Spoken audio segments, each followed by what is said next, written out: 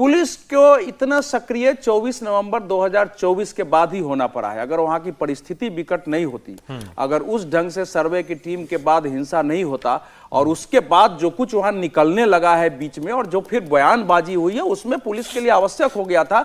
और देश भर में एक मैसेज गया है, क्योंकि संभल जो है अनेक हमारे शास्त्रों में, विष्णु पुराण में, भविष्य पुराण में सब जगह है कि एक महान तीर्थ स्थल है जिसमें 68 तीर्थ रहे, 19 कूपों का विवरण है और लोगों के पढ़ते तो थे लेकिन दिखाई नहीं दे रहा था। तो इस समय एक चेतना थी और उसमें भय यह था कि इसमें आजकल जो हिंदुत्व के नाम पर जो वाकई अपने सभ्यता संस्कृति में जो चाहते हैं गौरव बरो, उनके पास तो गंभीरता है, लेकिन ऐसे तत्व पैदा हो गए जिनको हिंदुत्व का ज्ञान नहीं है।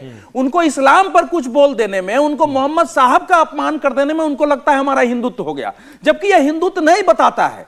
उसके कारण दूसरी तरफ से भी गुस्सा पैदा हुआ है, इधर भी निगेटिविटी पैदा हुआ है।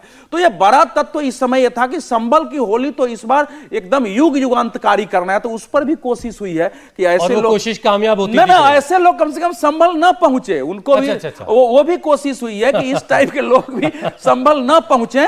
ये जो संघर्ष है वो देश में कानून संविधान की तरह अहिंसक संघर्ष से देख रहा हूं कि अगर आप गए होते और ऊंट पर बैठे होते तो कितना अच्छा लग रहा होता, आप भी रंग खेल रहे होते वहां पर। नहीं, मुझे कोई समस्या नहीं है, लेकिन ये देखिए एक प्रतीकात्मक चीज ये है, क्योंकि संभल में लंबे समय से सच है कि हिंदू समाज इतना खुल के, इतने स्वतंत्रता पूर्वक और निर्भयता से वहां नहीं मनाया है होली। ये फैक्ट है। नहीं सुनिए, जैसे जैसे मोदी के आते ही सब थोड़े बदलता है। जैसे जैसे चीजें, अब संभल के बारे में जो वहां के लोग जाते थे सरकार में, उनकी बातें कोई सुनने वाला नहीं होता, मानवे नहीं करता था कि यहाँ जमीन के नीचे धंसा होगा मंदिर। ये तो सच है।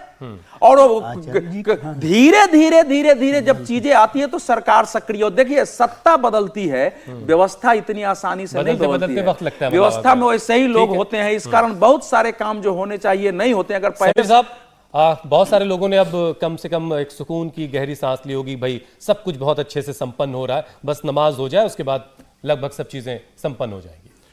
बिल्कुल। और देखिए संभल को संभालना था प्रशासन को, जिस तरीके से संभल की चर्चा पूरे देश में हो रही थी, मुझे लग रहा है पूरे देश की नजर थी संभल के ऊपर आज कि संभल में क्या होने जा रहा है। और मुझे लग रहा है जिस तरीके से पुलिस प्रशासन ने वहाँ अच्छे से संभाला जुलूस को, लोगों ने जिस तरीके से बहुत अच्छे तरीके से जुलूस निकाला, किसी तरह का मतलब कोई उपद्रव नहीं हुआ, लोगों ने भी अपनी जिम्मेदारी समझी इसको और बहुत शांतिपूर्ण पूरा हुआ है। मुझे लग रहा है कि जो होली का त्यौहार बहुत अच्छे से मना है। अब जुमे की नमाज भी बहुत अच्छे से आराम से मनाई जाएगी वहाँ पर। और सामाजिक सौहार्द जो है, जिसके लेकर कहा जा रहा था कि भाई होली के दिन कोई बवाल हो सकता है, कोई बड़ी अनहोनी घटना घटेगी, किसी तरह की खबर आएगी, मुझे लग रहा है कि एक बहुत अच्छे से मनाया गया है। इसके लिए योगी प्रशासन की भी तारीफ होना चाहिए, अनुज चौधरी और उनकी टीम की, पुलिस प्रशासन की, वहाँ के डीएम की, इसकी तारीफ होना चाहिए। और लोगों की कितनी भीड़ होने के बाद भी किसी लोगों ने कोई इस तरह की घटना ना घटी कि जिससे कोई दो समुदायों के बीच में किसी तरह का उपद्रव उपस्थित होने की गुंजाइश बने।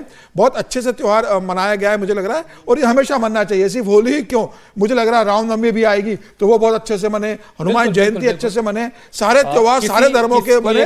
और ये देश की खूबसूरती है कि अनेकता में, ये अनेकता में एकता नहीं है, ये एकता की अनेकता है कि भाई सभी धर्मों के लोग आपस में मिलजुल कर रह सकते हैं, अच्छे से रहते हैं। मुझे लग रहा है ये एक अच्छा संदेश जा रहा है।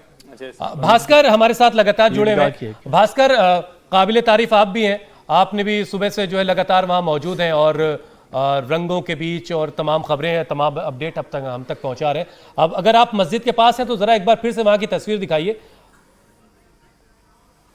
चलिए भास्कर से हम अपडेट लेंगे। आयोजकों पर भी जिम्मेवारी थी। देखिए हम देख रहे थे वहां जो उसमें सीनियर लोग हैं, उन लोगों को इशारा करके बुला रहे थे कि आप रुको नहीं, सब आगे आओ। तो वो पहले से बैठ के हो रही थी, कैसे हमको चलना है, कैसे व्यवहार करना है। जिन लोगों ने आयोजन किया था उनका उत्तरदायित्व तो बढ़ गया था कि अगर इस बार कोई गड़बड़ी होगी तो आगे आप नहीं निकाल सकते हैं, आपके लिए समस्या पैदा होगी।